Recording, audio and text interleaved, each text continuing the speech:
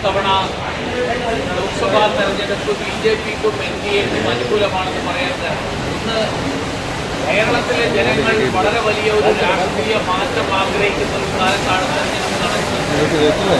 അക്രമവും അഴിമതിയും മുഖമുദ്രയാക്കിയിട്ടുള്ള ഒരു സർക്കാരാണ് കേരളത്തിൽ ഭരണം നടത്തിക്കൊണ്ടിരിക്കുന്നത്. ജനങ്ങൾ അഴിമതി കൊണ്ട് പൊറുതിമുട്ടിയിരിക്കുകയാണ്. മാസപ്പടി വിവാദം തൊട്ട് സ്വർണ്ണക്കടത്ത് തൊട്ട് നിരവധി ആരോപണങ്ങൾ, ആ ആരോപണങ്ങൾ നേരിട്ടുകൊണ്ടിരിക്കുന്ന ഒരു കാലഘട്ടത്തിലാണ് തെരഞ്ഞെടുപ്പ് നടക്കുന്നത്. ഒന്ന്, അതോടൊപ്പം കേരളത്തിലെ കോൺഗ്രസിനെ സംബന്ധിച്ചിടത്തോളം രാജ്യവ്യാപകമായി കോൺഗ്രസ് തകർന്നിരിക്കുന്നു.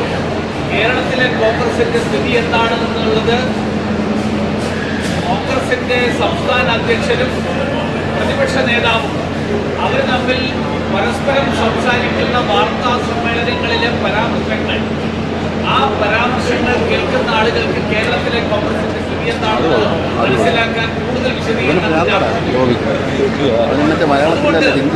കേരളത്തിൽ നരേന്ദ്രമോദിയോടൊപ്പം ഈ തവണത്തെ തെരഞ്ഞെടുപ്പിന്റെ ഏറ്റവും വലിയ സവിശേഷത, ദേശീയ തലത്തിൽ പ്രധാനമന്ത്രി നരേന്ദ്രമോദിയുടെ നേതൃത്വത്തിൽ NDA സർക്കാർ വീണ്ടും ഭരണത്തിൽ വരും എന്നുള്ളത് വ്യക്തമായിരിക്കുന്ന ഒരു സാഹചര്യത്തിലാണ് തെരഞ്ഞെടുപ്പ് നടക്കുന്നത്.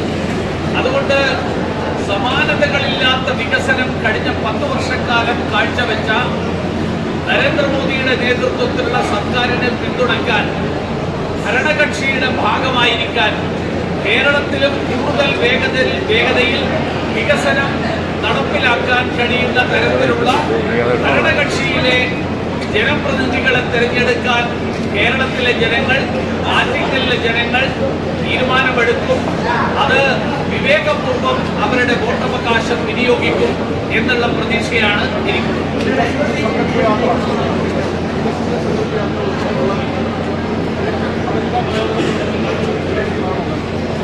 ഈ വികസിത സങ്കല്പ യാത്രയല്ല, 10 വർഷക്കാലത്തെ വികസനം.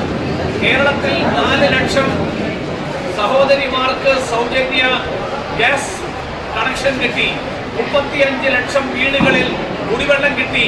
കേരളത്തിന്റെ 680 കിലോമീറ്റർ ദൂരത്തിൽ 6 വരി പാത 45 മീറ്റർ വീതിയിൽ ഒരുങ്ങിക്കൊണ്ടിരിക്കുന്നു.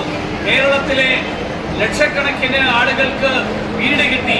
അങ്ങനെ എണ്ണിയാൽ ഒടുങ്ങാത്ത വികസനത്തിന്റെ പ്രയോജനം, ആ പ്രയോജനം കേരളത്തിലെ ജനങ്ങൾക്ക്.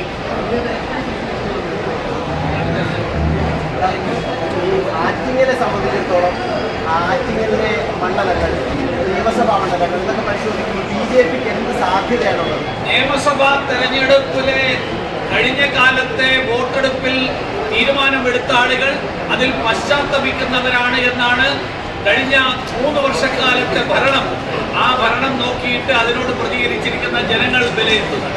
അതുകൊണ്ട് അവരുടെ പശ്ചാത്താപം ഈ തെരഞ്ഞെടുപ്പിൽ വോട്ടാകും. മാത്രമല്ല, ആദ്യമായിട്ട് കഴിഞ്ഞ എത്രയോ ദശാബ്ദങ്ങൾക്കിടയിൽ ആദ്യമായിട്ട് തെരഞ്ഞെടുപ്പിന്റെ ദേശീയ തലത്തിലുള്ള വിലയിരുത്തൽ ഫലം എന്തായിരിക്കും എന്നുള്ളത് ഏതാണ്ട് വ്യക്തമായിട്ടുള്ള ഒരു തെരഞ്ഞെടുപ്പ് എത്രയോ കാലങ്ങൾക്ക് ശേഷം നടക്കുകയാണ്. കേരളത്തിലെ ജനങ്ങൾ ആ വികസനത്തിനോടൊപ്പം നിൽക്കാൻ ആഗ്രഹിക്കുന്നുണ്ടോ ഇല്ലയോ എന്നുള്ള ഒരു തീരുമാനം. പ്രതിപക്ഷത്തിരിക്കുന്ന MP-മാരെ തിരഞ്ഞെടുത്തയക്കണമോ, ഭരണപക്ഷത്ത് നിന്നുകൊണ്ട് വികസനം ആ മണ്ഡലത്തിൽ കൂടി, ആറ്റിങ്ങൽ മണ്ഡലത്തിൽ കൂടി പ്രാവർത്തികമാക്കാൻ കഴിയുന്ന ഒരാൾ വേണോ എന്നുള്ളത് തീരുമാനിക്കാൻ ആറ്റിങ്ങലിലെ ജനങ്ങൾ തയ്യാറാകും, സന്നദ്ധരാകും എന്നുള്ള ഒരു പ്രതീക്ഷയാണ് എനിക്കുള്ളത്.